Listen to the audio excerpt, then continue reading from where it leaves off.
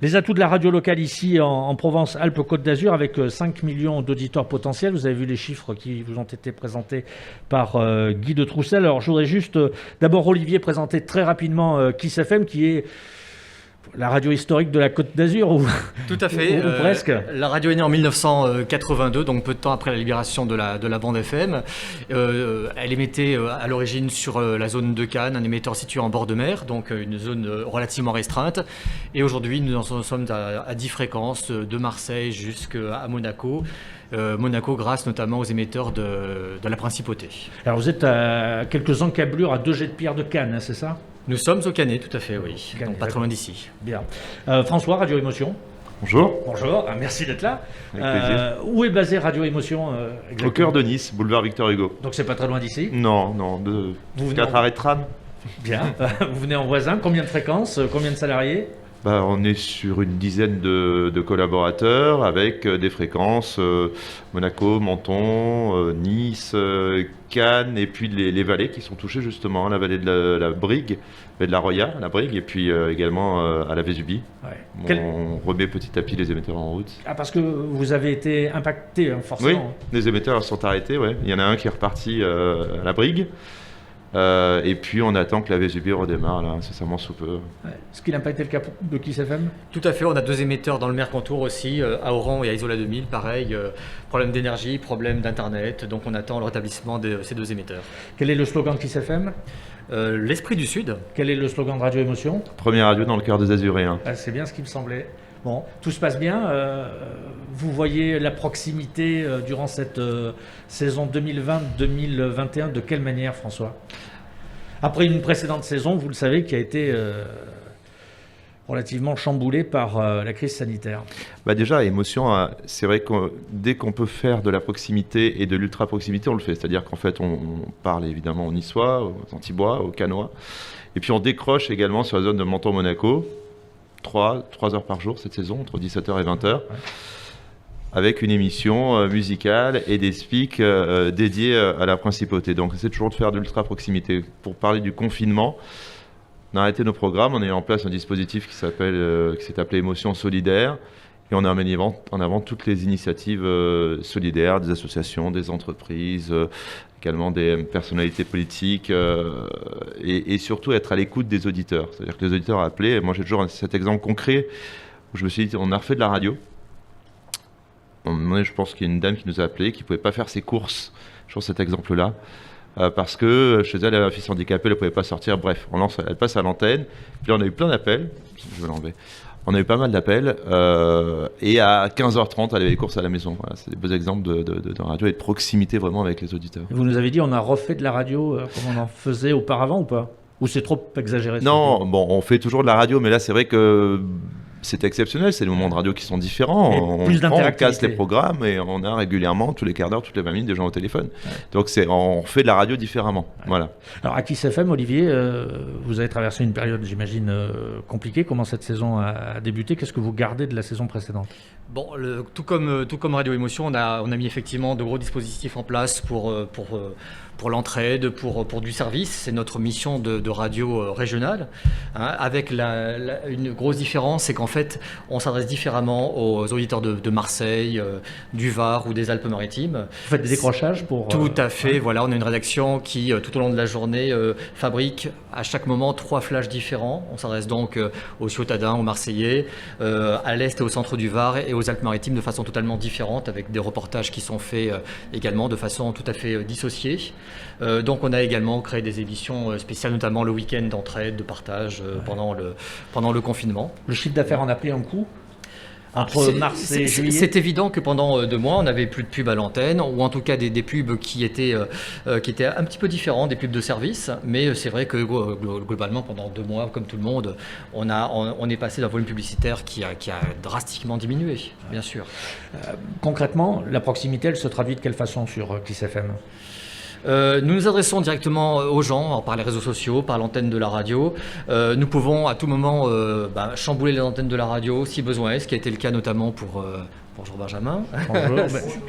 Ce qui était le cas notamment récemment pour les incidents qu'on a eus. On a mis pas mal de reportages en place. La rédaction a fait un gros travail de précision concernant les intempéries. La proximité ne peut que s'articuler sur le plan journalistique, c'est-à-dire sur la couverture d'événements, ou est-ce qu'elle a d'autres ramifications possibles? Du tout. À l'antenne, nos animateurs sont des gens qui sont du coin également, donc forcément qui s'adressent à des gens qu'ils connaissent forcément. Hein, et c'est vrai qu'à tout moment, on peut, grâce aussi aux animateurs, faire notre rôle de radio régionale et locale. Bien. Benjamin Ducongé est arrivé. Bonjour. Bonjour. En courant? Presque, ouais. Bon, et vous repartez en courant. À 11h, vous devez être à Monaco, c'est ça? Sur le Rocher, que représente Radio Monaco aujourd'hui? C'est la radio en langue francophone déjà. C'est la dernière qui reste. Alors, il y a une autre radio, qui est une radio thématique, mais en matière de radio généraliste d'information de proximité. C'est Radio Monaco qui fait vraiment ce travail-là. Voilà, vous l'avez dit, le format, c'est Music and News. Toujours. Alors, c'est plus notre slogan, mais dans l'idée, on est toujours sur l'info de proximité, avec un terrain de jeu qui va quand même de la frontière italienne jusqu'à Saint-Tropez, même si on priorise l'actualité de la principauté. Alors, de Bordighera à Cannes, c'est ça, pour la diffusion. Saint-Tropez même. Et au-delà, ouais, Saint-Tropez. Vous vous positionnez comme la radio locale de Monaco? Oui, bien sûr. Ouais. La radio de la principauté, la proximité à Monaco, déjà, c'est un état de 2 km². Ouais. Donc à proximité, on a tout. On a un gouvernement, une mairie, un conseil national, ce sont les parlementaires, un nombre d'institutions incroyables. Donc en termes d'information, on a vraiment beaucoup de choses à traiter. Alors, vous avez eu raison, Benjamin, de me reprendre. C'est pas Music and News, votre slogan, mais c'est plutôt Made in Monte Carlo, c'est ça? Oui, exact. Ouais. Donc là, vous êtes pour le coup vraiment la radio locale du Rocher. Est-ce que c'est une volonté de proposer aussi un programme plus international que local, le fait d'avoir opté pour le Made in? C'est une bonne question. En fait, à Radio Monaco, on fait de la proximité, mais on s'aperçoit que Monaco, le nom Monaco, mais Monte Carlo aussi, ont une résonance internationale. On le voit sur l'écoute en ligne. On a aussi beaucoup d'écoutes en dehors de la France. Donc oui, on a voulu internationaliser à travers ce claim, bien sûr. Alors vous diffusez en DAB+, à Monaco et à Paris. Ouais. Est-ce que vous serez amené dans les mois, dans les années qui viennent à diffuser peut-être ailleurs? J'ai envie de dire même à New York, mais ça, cette question, je la poserai à votre patron tout à l'heure. Alors à New York, je ne suis pas au courant, mais c'est vrai qu'on a une radio digitale qui s'appelle Radio Monaco Made in New York. Ailleurs, on va y réfléchir, on va regarder un peu comment se développe le DAB, parce que le DAB+, Radio Monaco, fait partie des historiques. La principauté de Monaco a diffusé en DAB+, avant la France, et on a fait partie justement chez Radio Monaco des premiers à se lancer sur le DAB. La principauté dispose déjà de la 5G. Oui, alors je ne l'ai pas testé. Ouais. Mais c'est un levier d'audience supplémentaire pour vous, ou vous voyez ça de très très loin? Vous dites, c'est une technologie qui va servir uniquement à des professionnels? Alors, on ne s'est pas posé la question comme ça. En revanche, on a bien conscience que l'avenir est sur l'IP, le digital et en particulier les smartphones. Donc, la 5G jouera son rôle, oui, bien sûr. Mais je ne me trompe pas, la 5G est bien disponible à quelques kilomètres de là, à Monaco. Oui, tout à fait. Mais depuis longtemps, d'ailleurs. Ça fait une année, je crois, maintenant. C'est bien ça. Vous avez remarqué un changement de vitesse, non, en termes de téléchargement? C'est une question personnelle. Nous, on ne l'utilise pas, en fait. D'accord. Pour l'instant, la 5G, c'est utilisé essentiellement par les professionnels. Les pompiers de Monaco, par exemple, l'utilisent pour leurs interventions, pour piloter des drones.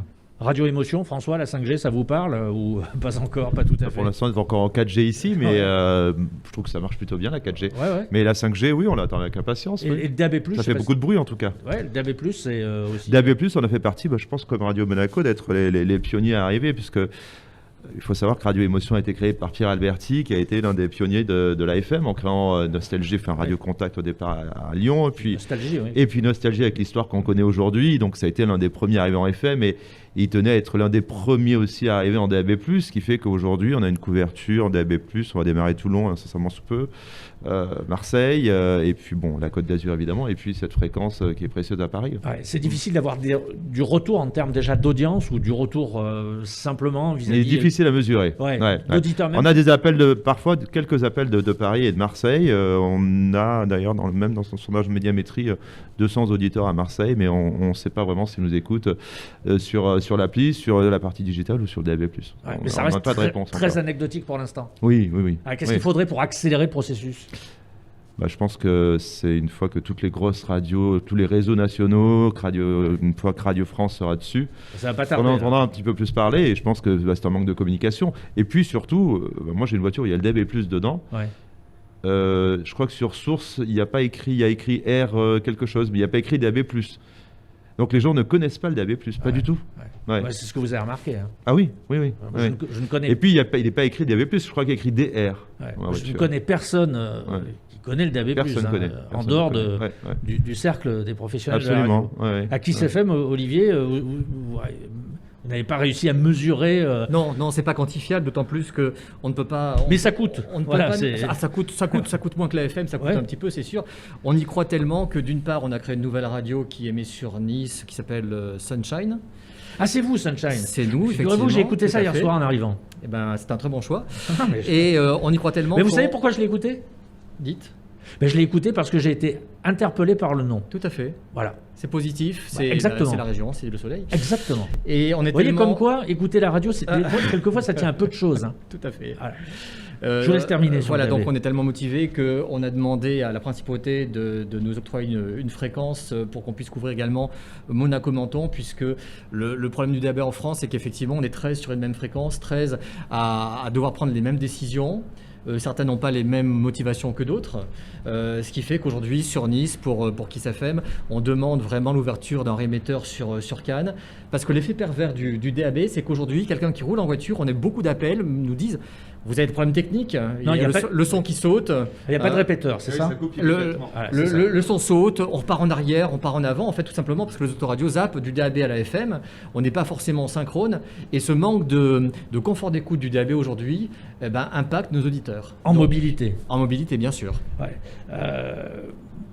Votre cœur balance plus pour le DAB+, ou davantage pour l'IP? On parlait de l'arrivée de Radio Player ou d'un consortium qui regrouperait l'ensemble des radios privées sur une application. C'est quoi l'avenir? Disons qu'aujourd'hui, l'IP, on le voit, c'est concret parce qu'on a les audiences, j'allais dire, instantanées. On sait les gens qui nous écoutent, combien ils sont. Et on voit que l'IP a pris beaucoup d'importance aujourd'hui dans une écoute radiophonique. On ne peut pas s'en passer.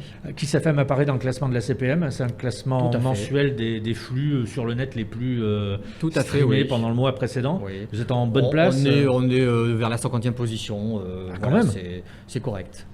C'est plus que correct. Vous êtes 50 sur combien? Nous, on en publie 500, je crois. Oui, c'est possible. C'est pas mal. Radio Émotion, pareil, vous mettez la pression sur le digital. On a aussi des radios, des web radios Émotion 60, Émotion 80 qui sont comptabilisées aussi dans ce classement. Et vous êtes dans le classement et dans le classement, on varie entre 69e ou 70e. Ah, mais c'est très bien. Il y a plus de 500 flux.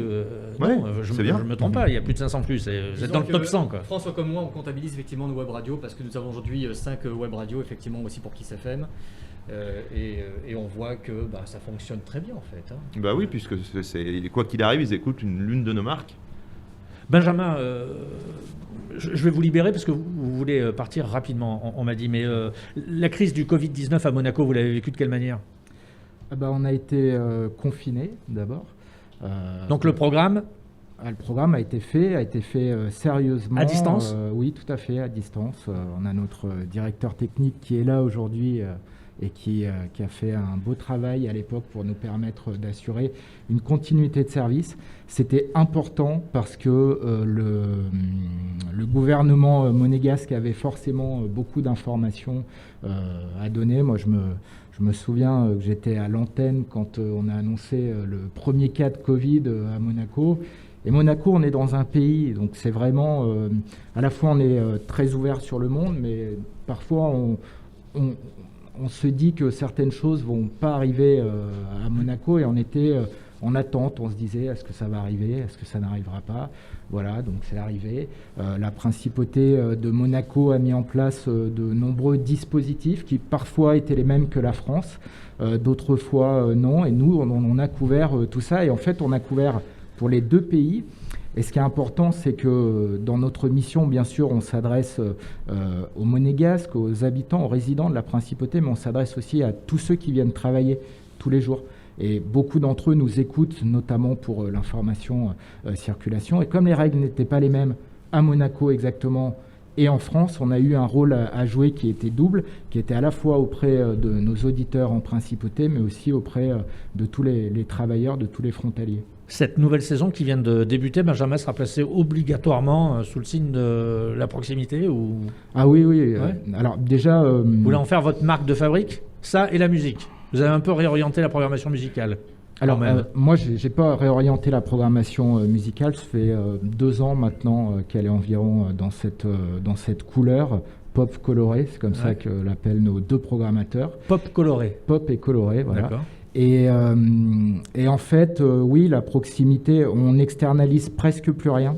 Tout est fait en interne. Le fait d'avoir arrêté d'externaliser, ça nous a aussi permis de récupérer des budgets pour créer un poste supplémentaire qui nous permet justement de redéployer la rédaction sur le terrain. Est-ce que vous allez monter en puissance en termes d'embauche sur le plan journalistique? Moi, j'aimerais bien. Ce qui était le cas auparavant, me semble-t-il. Oui, mais on est remonté quand même depuis 3 ans. Je dirais que l'équipe a quasiment doublé. Et puis il y avait une personnalité qui faisait partie intégrante de la grille de Radio Monaco. Alors on me dirait, il y en a eu plusieurs. Hein. Mahler qui a terminé sa carrière chez vous. Oui, moi j'ai collaboré avec lui pendant une année. Puis il y avait SAS, la princesse Stéphanie de Monaco aussi. Tout à fait, une fois par mois. Ouais. C'était une émission qui s'appelait Jungle Fight, qui parlait de son association Fight Aids, qui est une association de lutte contre le sida.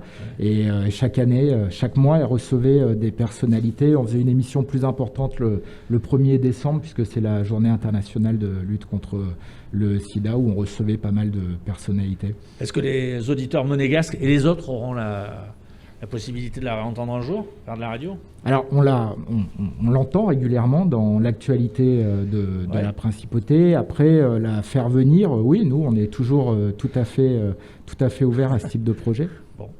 Ben, vous nous tiendrez informés, j'imagine. Comment vous sentez à Radio Émotion cette nouvelle saison? C'est une saison qui démarre particulière avec l'actualité qu'on connaît aujourd'hui. Vous êtes d'accord pour dire qu'il n'y a pas de visibilité au-delà de 15 jours aujourd'hui Absolument. Bon, on sait déjà ce qu'on a fait lorsqu'il y a eu le confinement. Ouais. C'est-à-dire qu'en fait, on n'était pas complètement confiné chez Émotion. C'est-à-dire qu'en fait, on avait toujours une personne qui était en live le matin, moi d'ailleurs, et une autre personne qui était en live l'après-midi. L'idée, c'était pas de ne pas se croiser. Et puis les autres programmes étaient enregistrés à distance. Et puis, comme je vous disais, on n'a pas cessé de donner la parole aux auditeurs, aux institutionnels, à toutes les associations, toutes les maraudes. L'idée, c'est que notre média soit un peu le porte-voix de toutes ces petites mains qui font des choses et qui œuvraient pendant le confinement. Je ne vous ai pas parlé du jeune public, mais à Radio Émotion, ce n'est pas tellement la cible, c'est ça? Qu'est-ce que vous appelez jeune public? 13 ans? Oui, à partir de 13 ans. Non, c'est pas tellement la cible. Malgré que sur nos derniers sondages, on a fortement augmenté sur la cible 25-49 ans. Ouais. Mais tout ça pour vous dire que le jeune public est moins sensible à la radio qu'il ne l'était au monde de la radio en général. Hein. Au monde de la télévision, au monde de la presse. Ouais. Je pense qu'aujourd'hui, il y a une vraie carte à jouer sur le digital. Hein. Moi, j'ai 2 enfants, et pourtant, je suis dans la radio. Hein. Ouais. Ils écoutent la radio dans la voiture, ils n'écoutent jamais la radio. Ouais. Ils n'ont pas le réflexe radio. Non, mais c'est pas du tout. Je veux dire, il y a une génération qui arrive qui est comme. Je ne vais pas vous parler de ma vie, mais c'est la même chose, quoi. Vous leur demandez de citer 5 radios, ils en sont quasiment incapables. Est-ce que ça vous fait peur, ça, Olivier? En fait, nous, on ne s'adresse pas vraiment non plus aux jeunes parce qu'on sait qu'on a fait un petit peu le deuil de ce public-là. Oui. Non, mais ce qui est intéressant, en revanche, c'est qu'ils maîtrisent les solutions algorithmiques d'Apple Podcast, par exemple, de Deezer. Ils sont susceptibles déjà à 14-15 ans de créer des playlists particulières, etc.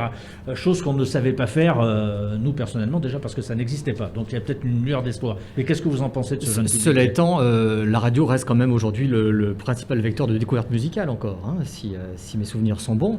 Le jeune public, oui, effectivement, moi aussi j'ai 2 filles et comme tout le monde, mes filles ne connaissent pas du tout le monde de la radio. Elles n'écoutent pas la radio. Ça ne les intéresse pas. Non, du tout. Et puis elles n'ont aucune culture du son. Par exemple, ma fille cadette écoutait dans la voiture des sons extraits de YouTube d'une qualité déplorable, mais ça ne la gênait pas. Ça ne les gênait pas du tout. Donc, il y a de l'éducation peut-être derrière tout ça. Pourtant, je travaille en radio. Oui, les cordonniers sont souvent les plus mal chaussés. Peut-être, oui. Vous le savez, mais ça ne vous inquiète pas pour la suite parce qu'il va y avoir une problématique dans le renouvellement de la génération. Ils reviennent à la radio avec l'âge qui passe. C'est vrai que c'est tellement facile la radio. C'est une source d'information qui est incontournable, une source de découverte musicale. Je pense qu'effectivement, avec l'âge, les jeunes reviennent à la radio. Ouais, alors vous avez une application Kiss FM, j'imagine. Bien sûr, tout à fait, oui. Et puis vous avez combien de web radios? C'est énorme. On a 5 web radios. Dont la plus connue, c'est un son californien, me semble-t-il. Oui, c'est Kiss FM West Coast, c'est assez indéfinissable. Ouais, voilà. C'est vous qui le dites. Non, mais c'est sympa, oui, c'est assez original comme au début, on était parti sur effectivement le son FM, enfin le rock FM californien. On s'est rendu compte que rapidement, nos auditeurs n'étaient pas suffisamment curieux. Du Steely Dan, du Steve Winwood, enfin des choses comme ça. C'est pas facile. Donc on a dû vraiment élargir le panel avec du Rod Stewart, du Joe Cooker, qui sont pas forcément américains, mais cela étant, ça sonne bien, donc on est parti là-dessus. Alors vous avez des web radios qui sont destinées à un public un petit peu plus jeune quand même. On a une Kiss FM Hit. Ouais. Voilà, c'est pour les plus jeunes. Ouais. Après, on garde comme cible notre cœur de cible, les 25-49 ans, avec un Kiss FM Classic Dance, où là, on peut écouter tout ce qui était notamment de l'époque Eurodance, qui a été la grosse époque de Kiss FM, puisque dans les années 90, on était une radio 100% dance. Donc on avait vraiment l'ADN pour créer cette radio. Et après, du Love Songs, on a des Kiss FM 80s aussi. Voilà, et puis on a d'autres projets en gestation. Ouais. Cette saison, vous la sentez comment? Je le disais, mais on n'a pas de visibilité au-delà de 2-3 semaines aujourd'hui. On applique la méthode Coué, ça va bien se passer. Va se passer. Ça va bien se passer, on l'espère en tout cas. On profite. Vous êtes résolument optimiste. Non, mais on profite du temps présent. Ce qui nous fait avancer. Voilà, exactement. Et puis on essaie de pas trop penser, de pas être trop alarmiste dans la manière de fabriquer l'information aussi. On reste pas positif, mais on essaie quand même de garder du positif, de l'esprit positif dans ce qui va se passer. Est-ce que vous vous écoutez les uns les autres? Qu'est-ce que vous écoutez, Benjamin? Moi, j'écoute Radio Monaco non-stop en ce moment et Radio Monaco Made in New York, qui est génial, qui est une radio de DJ. En voiture, quand je suis hors zone, ça m'arrive parfois d'écouter Radio Émotion ou Kiss FM aussi, qui sont des bons programmes. Ouais. Mais la plupart du temps, quand je suis dans la zone de Radio Monaco, j'écoute vraiment Radio Monaco. France Bleu, non? Non, d'accord. Vraiment pas. Mais pourquoi? C'est le programme, la musique? Ouais, musicalement, ouais. La manière dont c'est fait, c'est très bien produit, mais je suis pas du tout dans la cible en fait. Non, mais c'est intéressant de savoir pourquoi. François, qu'est-ce que vous écoutez? Vous écoutez Kiss FM? Bon, déjà, j'écoute aussi Kiss FM parce que j'ai collaboré chez Kiss FM pendant plusieurs années. Voilà, je tiens à le souligner. On travaillait 4 ans ensemble avec Olivier. J'écoute Radio Monaco, puisque Benjamin est arrivé dernièrement, donc j'écoute un petit peu le morning de Radio Monaco. Puis j'écoute Nice Radio, qui est arrivé dernièrement, enfin qui a été repris dernièrement. Globalement, j'essaie d'écouter les radios qui sont d'ici, voilà. Et je pense que c'est toujours intéressant d'écouter un peu ce que font les uns les autres, pas forcément pour copier, mais pour voir si on n'est pas, pour éviter le décalage. Puis bon, après j'écoute Émotion, évidemment. Vous n'avez pas parlé de France Bleu non plus, ni des radios associatives? Oui, je suis assez attentif à vos propos. J'écoute. Je suis curieux de savoir pourquoi. Non, mais c'est vrai. Bon, déjà, c'est vrai qu'on est des FM privés, donc on se côtoie pas tellement finalement avec Radio France. C'est pas une volonté, je sais pas, c'est un fait. J'écoute souvent France Bleu en début de saison. Voilà, pour écouter un petit peu les programmes, mais c'est vrai que je suis plus attiré par les musicales globalement. Vous êtes sensible à l'habillage, à l'information qui est... À l'information surtout, oui. Comme on fait aussi de la proximité, c'est pas la même France Bleu, on fait tous de la proximité, vous dites, je vais dire différemment, on fait tous de la proximité différemment, mais j'écoute un petit peu leur façon de présenter les choses. Vous vous dites comment ils ont fait pour trouver cette information avant nous? Ou pas? Pourquoi avant? Non, mais je sais pas, je vous pose la question, ou après nous? Non, pas du tout, non, j'écoute de la façon dont c'est présenté, dont les sujets sont amenés. Et à Kiss FM, qu'est-ce qu'on écoute? Je n'ai qu'une paire d'oreilles et on a beaucoup de départs, des départs commerciaux différents, des départs d'information. Donc je suis en train de zapper en permanence sur les différents départs de Marseille, du Var et des Alpes-Maritimes. J'écoute également Sunshine, il faut vraiment être sûr que ça fonctionne. C'est votre bébé ça, Sunshine, Olivier, ou pas? C'est le bébé d'une équipe en fait, tout simplement. Je zappe sporadiquement sur Émotion, sur Radio Monaco. Pas vraiment France Bleu, je sais pas, c'est pas notre cible principale. Et bien sûr sur les concurrents pour voir ce qui se passe ailleurs. Ouais. Les radios associatives, vous y êtes sensible? Vous écoutez de temps en temps ou pas? Du tout. D'accord. Du tout. Ok. Mais c'est votre On n'en a choix. pas beaucoup à Nice. Ouais. Ok, on en parlera avant la fin de la matinée des radios associatives. Disons qu'il y a beaucoup de veille. Je pense que tous, autant que nous sommes, on fait de la veille également pour voir ce qui se passe ailleurs, pour voir s'il y a de bonnes idées, pas à récupérer, mais peut-être à adapter, ce qui est relativement rare. Mais c'est vrai que c'est bien de savoir ce que fait la concurrence aussi. Le CIRTI a publié, c'est le syndicat des radios indépendantes, a publié il y a quelques jours une nouvelle étude qui n'était pas franchement rigolote, dans le sens où elle annonçait des baisses de chiffre d'affaires, des radios qui avaient dû licencier du personnel, et cerise sur le gâteau, si j'ose dire, la possibilité qu'auraient les radios d'entamer d'autres licenciements à la fin de cette saison. On n'en a pas parlé, mais vous êtes dans ce cas précis. Qu'est-ce que vous avez répondu? J'imagine qu'ils vous ont sollicité, sauf peut-être Radio Monaco, puisque vous êtes à Monaco, donc forcément vous ne faites pas partie du syndicat, j'imagine. On n'a pas été sollicité. Enfin, oui, le CIRTI nous a demandé de répondre à une enquête. Donc pour l'instant, commercialement parlant, c'est reparti. Je pense que pour Émotion, c'est pareil. Donc on n'envisage pour l'instant pas de licenciement. Bien. Deux mots sur la proximité, c'est le fer de lance des radios B. Aujourd'hui, ça n'a pas forcément été. Évidemment. Il y a quelques années encore. Non, ça n'était pas forcément. Tout à fait. On essaie de s'adresser donc aux gens de la Provence et de la Côte d'Azur en permanence, que ce soit en termes d'information, qu'en termes d'antennes, les animateurs. C'est vraiment le mot d'ordre de Kiss FM. Ouais. Coup dur en ce qui concerne la mise en place de partenariats sur la nouvelle saison. Et je fais référence notamment aux concerts. On avait énormément avoir lieu depuis le printemps dernier. On avait énormément de projets, un gros concert. Parce que vous organisez beaucoup de concerts chaque année. Concerts et showcase, on a en moyenne 4 à 5 showcases par an, un gros concert annuel. Cette année, il devait avoir lieu le 15 septembre à Sainte-Maxime. Malheureusement, sur une jauge de 5000 places, on pouvait faire rentrer 300 à 400 personnes. Donc c'était irréalisable. Les showcases, on devrait en avoir le premier en fin mi-novembre, si tout se passe bien. Et pas mal de projets sont tombés à l'eau, des concerts également dans le cadre de matchs de basket ou de volleyball aussi. Ouais, l'organisation de concerts, c'est indispensable pour une radio? C'est pas indispensable, mais aujourd'hui, je pense que ça risque peut-être de nous desservir, dans la mesure où, vous vous rappelez de l'histoire de The Avener sur la planète des Anglais. Le concert, malheureusement, a réuni beaucoup trop de monde, sans aucune distanciation sociale, physique, et on n'a pas envie que ça nous desserve plus que ça nous apporte de notoriété. Donc on y va à pas compter. François, Radio Émotion, vous organisez aussi quelques événements chaque année? Pas quelques événements, parce qu'on est déjà partenaire de l'OGC Nice. Je pense qu'on entame d'ailleurs la 4e saison. Mais pas de concert avant la fin de l'année. Et notre partenariat avec l'OGC Nice, c'est pas vraiment un partenariat sportif, c'est plus un partenariat artistique, musical, puisqu'en fait, à chaque match à domicile, on met une scène émotion sur le parvis de l'Alliance Riviera, chaque match, avec des talents locaux. Et ça fait partie de la proximité. C'est aussi aller à la rencontre régulièrement des auditeurs de la radio et des Azuréens, voilà, à la radio, mais aussi physiquement. Donc là, évidemment, cette scène émotion, à chaque match à domicile est annulée.